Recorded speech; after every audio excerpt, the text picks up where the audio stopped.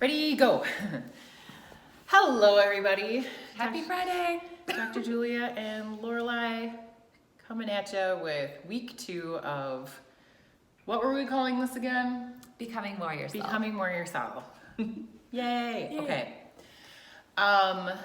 Let's see. So what we're trying to do here is bring you the conversations that we have in the office all week, which some of them you don't get to participate in, but the ones that are the most important and the majority of are the ones that we're sharing with you. So again, we're gonna bring you a little bit of a, we're gonna try to shorten this because I found out you can't put videos on Instagram unless they're 15 minutes or less. Okay, we'll keep it short. Yep. So let's talk about the patterns that we saw this week. That was interesting. Okay, so first it started out with rib issues, and rib issues are constraint, lack of control. Some of it is physically from people wearing masks. It's just, and like being afraid to breathe in public. You don't realize you're doing it sometimes. It's definitely a subconscious behavior. But people wearing masks when they've never had to wear a mask, or wearing them 24/7. You guys, okay, PSA, please don't wear a mask while you're driving in your car by yourself. If you are around people, obviously, and you need to wear a mask, go ahead. But you are constraining the oxygen flow into your body, and that is so detrimental to our body. It causes us to be acidic and causes all kinds of other issues to happen. You're rebreathing in your bacteria. Obviously, try to take it off and dry it out, while you're not having to wear it. But I see people driving in their cars by themselves with a mask on, and that is just, it's so detrimental to your health. So please just be mindful of that. I really care about you. I mean, there's been a couple of people that have gotten in car crashes and passed away because they've passed out. And I'm sure there's extreme circumstances surrounding that, but I hate to see people wearing masks when they don't absolutely have to have them on. And you're also breathing in some of your carbon dioxide, and that's not good either. Okay, done with the PSA. So after that, then I started to see in the middle of your back, like way below your shoulder blades, there's an area where the curve changes that we call the TL junction, or the thoracic lumbar junction. And that is the lower part of your thoracic spine, the beginning of your lumbar spine, and that is where the nervous system houses the nerves that go to your digestive organs, okay? This is what I saw at the beginning of the Safer at Home executive order. So people are processing information again. Also, constraint is another thing that comes up in that area. Lack of control. So people are taking the information that they're hearing. What I got from it is I think people are becoming, I don't want to put a negative connotation on it, but kind of suspicious. Like in Eau Claire County, we've had 26, I'm not sure the number. It's a very low number. And so people are like, why are we still closed? And whether you believe we should stay closed or think we should get, open up the state, it doesn't really matter. It's just people are processing feelings about it. Mm-hmm. Is really what I want to say here. And so it's showing up in the body as where your organs, nerves that are housed, that's the structures that process. So we process emotions through our gut feeling, gut emotion.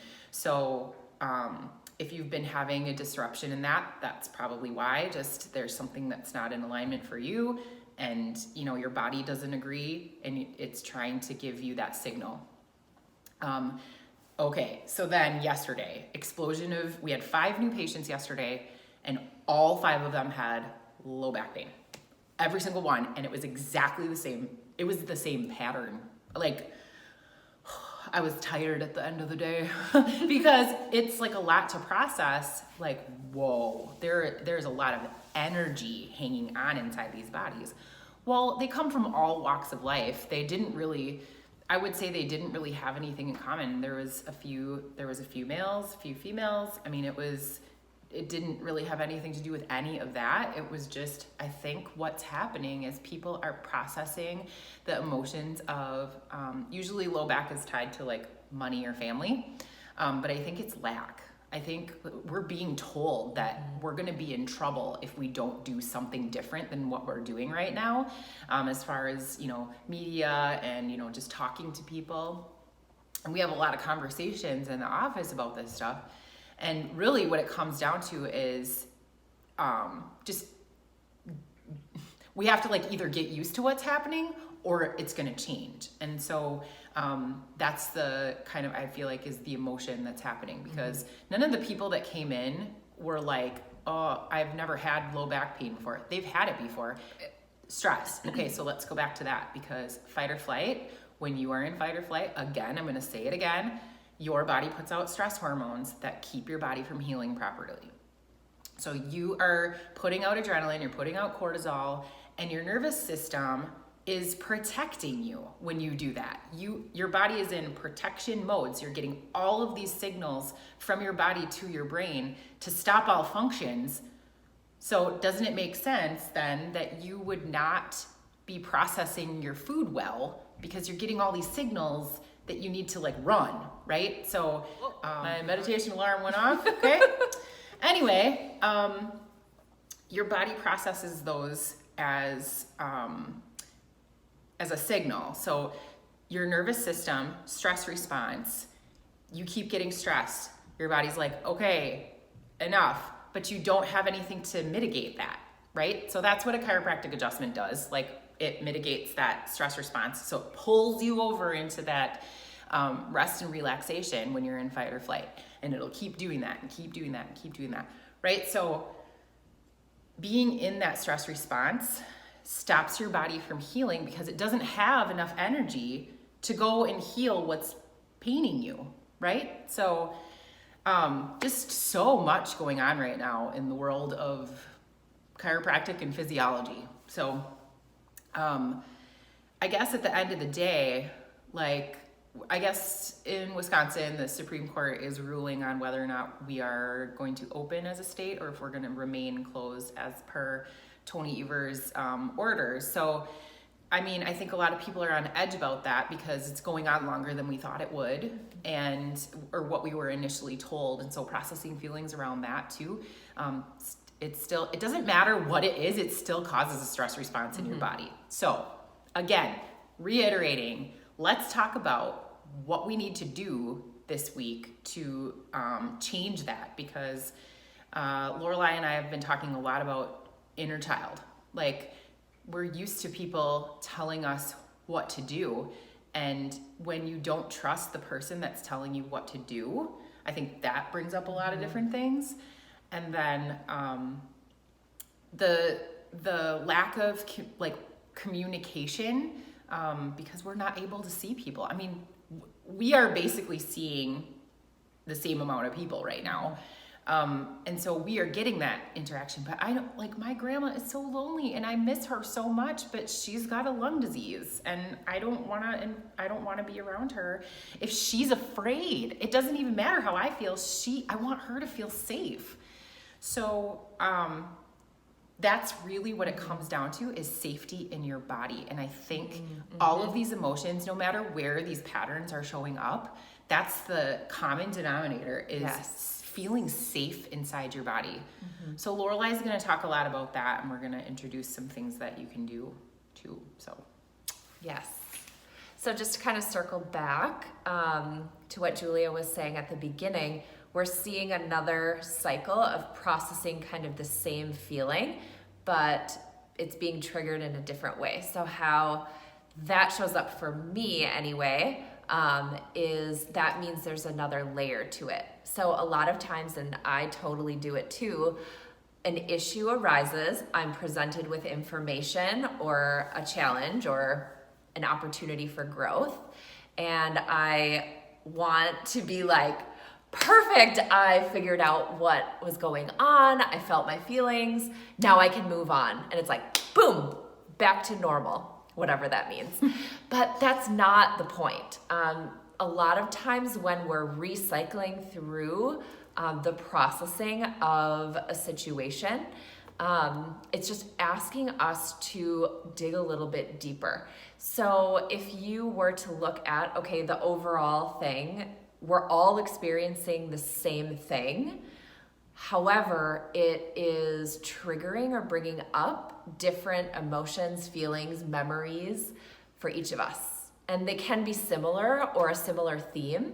But like Julia was saying, if you think back to that feeling of lack, or if there was any time in childhood or in the past, it doesn't even have to go all the way back to childhood, where you were not sure if you were going to get what you needed. And even if it was a want, if you really wanted something and you either were told you couldn't have it, or you were told you could have it, but then you didn't get it. Like, those are all things that can kind of bring up that response. And it's not that anyone did it purposely to hurt you, and they maybe did, but ultimately you want to look at it for yourself of, okay, instead of looking to someone else to provide for me, to give me the thing I need, how can I provide that for myself? So I have a guided meditation to restore peace and harmony for your inner child that we will post for this as well. So the biggest thing right now is to kind of groom your inner strength. So we want to focus on that inner fire and our own, like, each of our inner being has a different, what's right for Julia is maybe similar to what's right for me, but it's not exactly the same. Every single person has a different blueprint, if you want to say it that way, as to, okay, these are the pieces that will make Lorelei feel whole. These are the pieces that will make Julia feel whole. So what you want to do is focus on that for yourself. What are the things that make me feel whole? What are the things I can do for myself that make me feel safe? And that can be a variety of different things. On our website, we have a lot of different exercises, guided meditations, breath work for grooming the nervous system, and there are a lot of other things out there. So tune into yourself and what feels right to you.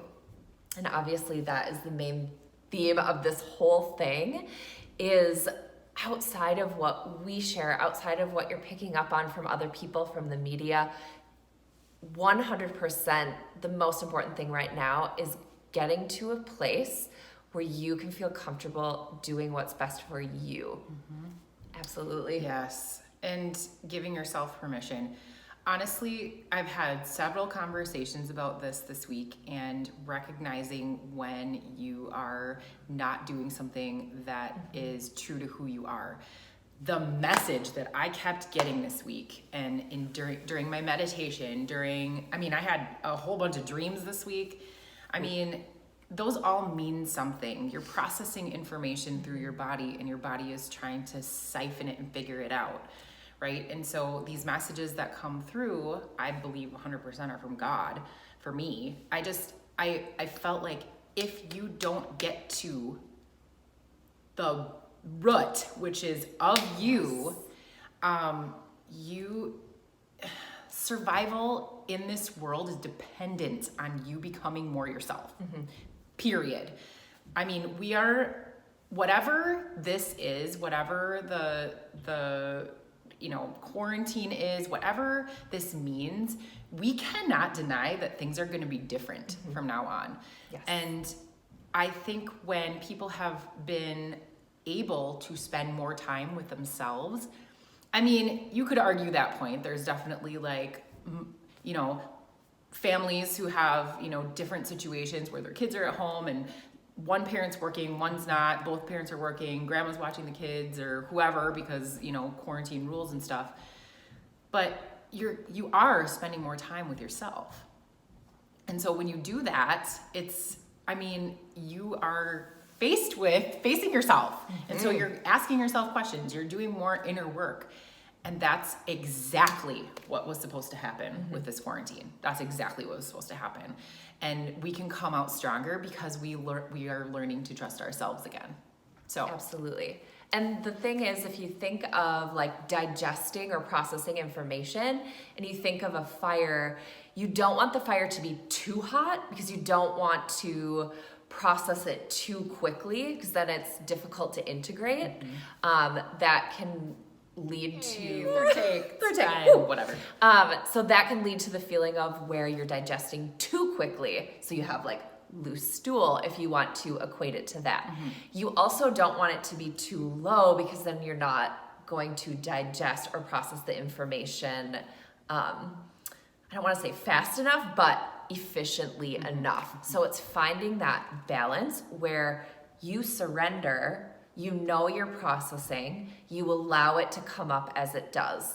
So whatever that looks like for you, it's not like, okay, I'm noticing this, I need to work through this right away. Maybe that feels right, maybe it doesn't. Like really check in with yourself time and time again about what pace feels good to you. Not what feels good to Julia, not what feels good to me, not what feels good to your best friend. What feels good to you as far as the time frame. So it's honoring the phase, the cycle, and trusting that what you need to know and remember, you will when it comes down to it. Right now, there's a lot of confusion, uncertainty. Now's not the time to necessarily make final decisions. It's just the time to review, rest, reset, like focus on all of the words that start with RE. So reset, renew, restore, review your life. I think that is like kind of one of the biggest things. One of my patients today was like, I'm not even sure if I want to go back to work. That's okay. Feel that. What is that? Why do you feel like that? Yes. Like you need to do some exploration. You don't have to make a decision about it right now, but why would that even come up for you? Like, oh, working's not that important. Like Honor it. Maybe that's something you need to look at because it wasn't fulfilling you in the first place. So, whoa, that was so deep. I hope you have your scuba gear because we dive in. Okay, guys. All right. See you next week with another implementation of becoming more yourself. Bye.